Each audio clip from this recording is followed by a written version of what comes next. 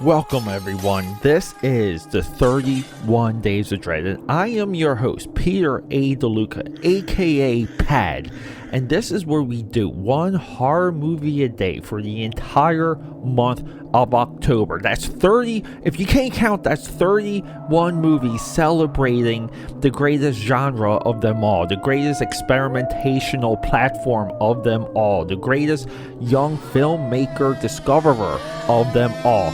It is horror, 31 days coming at you. Look out, ghouls and ghosts, it gets spooky.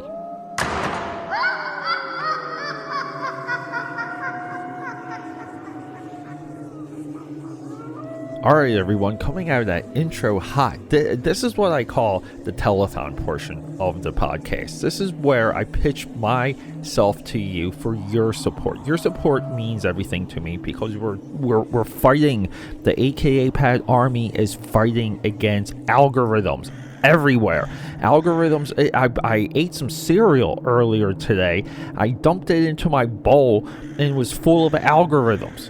Okay, bad joke. Alright. Sharing this podcast, telling your friends about it, leaving comments, leaving reviews. This is how we grow AKAPAD's audio audacity. Your support there is more valuable than anything other than like a high five in person, because I'd love a high five in person. Here we go.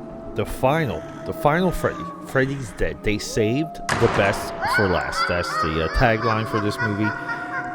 So completely forgot that Freddy's Dead, Friday or Nightmare on Elm Street 6. I keep saying Friday. Was kind of like 3D and shot in like Freddy Vision, and had some of the chintziest, cheapest 3D shots you can ever imagine, mostly just objects waved in front of the camera. But when you watch this movie, you can see that happening, but you also see the ballyhoo, the idea that Freddy Krueger, that this franchise, this series, can represent something else, that Friday, oh my god, I keep saying Nightmare on Elm Street can transcend, that it can actually affect our senses rather than like outside of just like thrilling us, giving us anxiety because it is horror based and grossing us out because of the the gore and the blood and the guts and all these other things. It's a wonderful attempt, it's a wonderful move. And then we have the story, and it's tough. This movie, the ending of this series essentially killed, like, you kind of have to look, it's tough. I mean, like, this movie essentially killed the franchise in an age where such a thing didn't exist, because everyone was so conditioned that Chucky always comes back, Leprechaun always comes back, Pinhead always comes back, Jason and Freddy will always come back. 3 years out from now, we have Wes Craven's New Nightmare. He re-approaches the concept in a very meta manner. And then in 2003, we have what I consider to be the absolute best of the Freddy mythos and the Jason mythos. It's Freddy vs. Jason, 2003, meshes the concepts in a new way. And then we have a remake or like an update of Nightmare. I fully support that movie because I feel like it boils through like the origin. It leans out the origin. This is what we want with iterations. This is why we want some runs to end. But the issue is we're talking 2003 for like the last impact, the last time Freddy was anticipated. Now it's a freaking action figure. Like, that's what people want from Freddy. And then like we would just have sequels almost be frowned upon and garner this god-awful reputation, mostly through the Freddy movies, because we have this also, this ongoing Revelation deconstruction. So the first movie pretty much reveals that Freddy was a child murderer.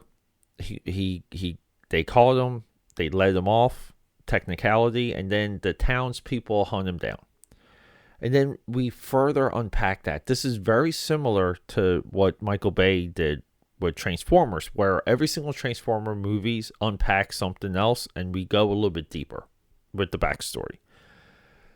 It's revealed along the way that Freddy Krueger's mother, that Freddy Krueger, we see this in the Dream Child, is the son of 1,000 maniacs or 100 maniacs because his mother was raped. His mother's a nun. She was mental asylum.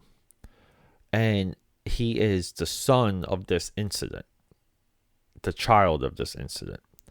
And we have this like wonderful, with Dream Child too, like almost like anti-abortion definition, which is you have the child because it is one of God's children.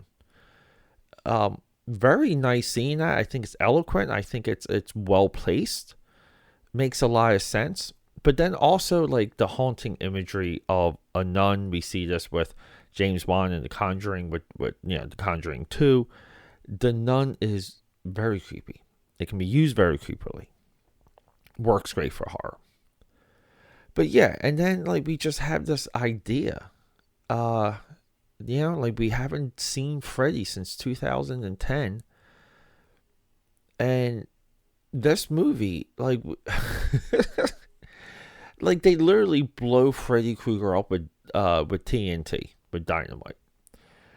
We literally have this very poorly constructed scene where Freddy is being stabbed to death at the end, and the weapons are just being like thrown along the floor through like a gate. It's just not there. This movie just pretty much comes off as desperate. It just comes off as we want to get out of this. We're moving on. Now, I believe a lot of times a lot of stuff happens on the back end, and we don't know the timing of some of these productions. We don't know what's happening with the rights with some of these productions, and sometimes studios just want to get one more out, make a little bit more money because it is a recognizable franchise. I do believe that dictates a lot of what happens with these franchises and how they trail off. But Freddy's Dead, Final Nightmare, 1991. So we're out of the 80s slasher craze. We're approaching the 90s. And it really is, it's sad that we don't, especially within the 90s, that we don't get another Freddy movie. And the way how the Freddy franchise is approached from 84 to 91, it's linear. Where Friday the 13th has the fourth movie is a new beginning, that essentially Jason gets rebooted twice within his own run. But the Jason movies, the Friday movies, they don't have the box office that Freddy had. Freddy trumps that run. Freddy does win that run. Very similar to like Arnold does kind of defeat Stallone. I know you can. Right now, it's a different story. Stallone's the winner. Stallone wins. But then, we would get a Friday or Nightmare on Elm Street TV series, which just explored the idea of it being an anthology. We'll get something very similar with Friday. And that is essentially it. And when it comes to new content and new stories, it really would be the world of comic books that would fuel Freddy. Now, when it gets to the guts of this movie, it is, we open, cool, dream sequence open, bang. And then, it is a long time while we're building up characters. Characters have amnesia. We're building up female characters. We know something's up. One of them slowly gets revealed to be the daughter of Freddy Krueger, which is, look, fine. It does play into the analysis of a trilogy in Scream 3 where we have to connect it to the original, and it's something we haven't seen. This falls right into that. Both of these, like movies are awesome at that, and which is okay, but we really don't get Freddy in this. We get not enough Freddy, not enough bang for your buck. The Freddy kills and the Freddy murders, dream sequences are actually fine. There's a video game one, there's a cool parachute one. Freddy is very cartoony, I'll say. Like, he actually seems to be mimicking Wile E. Coyote in some shots, especially with that parachute scene. Very interesting, but we're trying to wrap it up. We're trying to end this. We're trying to put a little cute little stamp on it. And it's shocking that we blow up Freddy without seeing much of him. His daughter blows him up with a, like I say dynamite, but it's like a pipe bomb that is set up in the beginning of the movie, by the way. That pipe bomb is a payoff. And it's just weird. And then we do get a inkling, like a hint of an idea that Freddy is a reincarnated, reformed dream demon. And so we have that imagery and we have that set up in the beginning of the movie. And that's really it. And we have a franchise that worldwide, yeah, it did good. 0.5 of a billion, right? $500 million in all. You know, if we include the 2010 Freddy vs. Jason and New Nightmare. New Nightmare budget was $8 million, worldwide $19 million. So like these movies still pop, but at the same time, is it really like just as much of a deep dive as I've done with this? I just question, like, where is he? When's he coming back? Can we do this? Because we're almost dealing with a similar drought with Friday, and we're dealing with a very similar drought with Pinhead, with Hellraiser, and Chucky right now has a USA TV show that's pretty freaking good. It's a pretty good, I mean, I watched the first episode's available for free on YouTube. I thought it was awesome. So look, everyone, 31 Days of Dread, we are marching into our Netflix block now. So we are wrapping this up. And there will be a little bit of a break with episode releases since we're doing an epic drop of this. And I still want to talk to you about Black Widow. I do want to get into the Marvel Cinematic Universe when it comes to Disney Plus, because we do have the Eternals coming out. And then we do have a plethora, an avalanche of HBO Max drops. Kongzilla, Mortal Kombat, a lot of these movies I do want to talk to you about. So look, everyone, thanks for hanging out. I really do. I love you so much. Don't forget, AKAPAD.com aggregates all of this. So for your easy browsing enjoyment, but hey, rock and roll.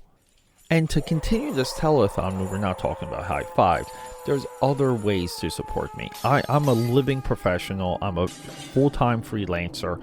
Anything you see on this, like here on this podcast or see my social media, I make everything. It's all made by me. That's a part of my pitch to you.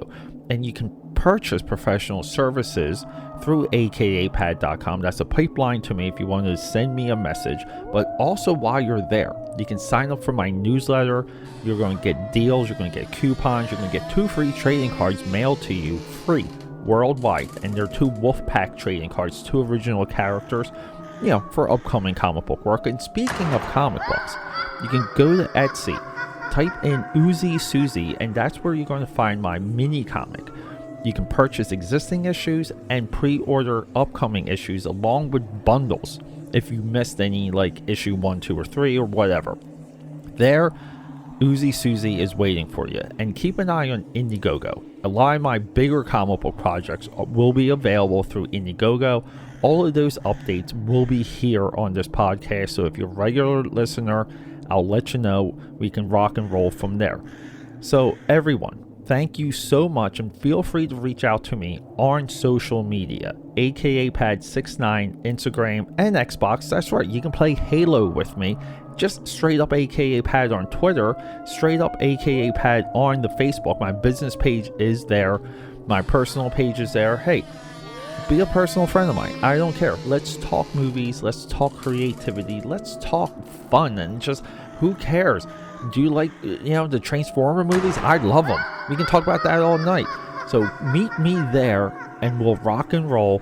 Let's get talking. We got a movie to discuss.